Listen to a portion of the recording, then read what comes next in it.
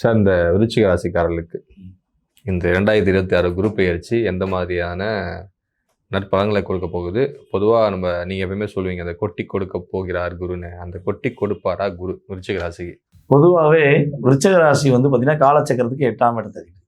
அவங்க விருச்சிக ராசிக்காரங்க 8க்குரியவர்கள் அப்படின்னு சொல்லலாம்.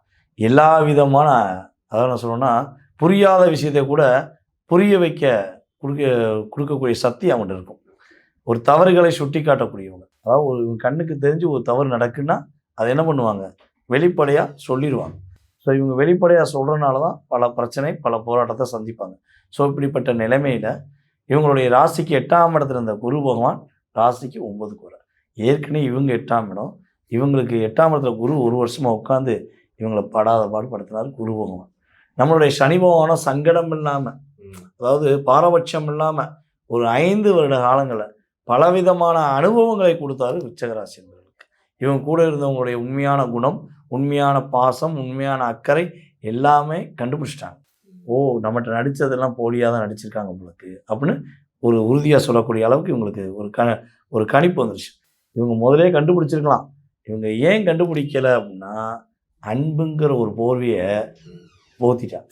அதனால் அந்த அன்பு மட்டும் விருச்சிக ராசிட்டாங்கன்ற நீங்கள் சொல்லிட்டீங்கன்னா, நான் உன் மேலே அன்பாக இருக்கேன், நான் உன் மேலே பாசமாக இருக்கேன்னு ஒரு வார்த்தை சொல்லிட்டா, விருச்சிக ராசிக்காரங்க அவங்களுக்கு சொன்னவங்களுக்கு அடிமையாகவே மாறிடுவாங்க.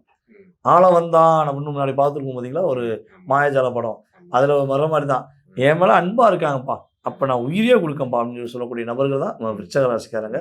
ஸோ இப்படிப்பட்ட விருச்சிக ராசி நபர்களுக்கு ஒரு மிகப்பெரிய மாற்றம், தன்னைத்தானே உணரக்கூடிய ஒரு சக்தி. இவங்களை அதாவது பிறர் செஞ்ச விஷயங்களுக்கு, இவங்க செய்யாத தவறுகளுக்கு இவங்க மேலே பழி வந்துச்சு, இவங்க மேலே வீண் பழி வந்துச்சு. அதையும் இவங்க ஏற்றுக்கிட்டாங்க. யார் நம்ம பழகினவங்க தான் நம்மளுக்கு கொடுத்தான், அது நமக்கு ஒரு பனிஷ்மெண்ட்டாக ஏற்றுக்கணும் அப்படின்னு ஏற்றுக்கிட்டாங்க. ஸோ இந்த நிலை மாறப்போகுது. இவங்களையே பார்த்து ரசிக்கக்கூடிய காலம், இவங்களுக்குள்ளேயே ஒரு நல்ல ஒரு உணர்ச்சிப்பட்டு வெற்றி பெறக்கூடிய காலம் தான் இந்த குரு பயிற்சி.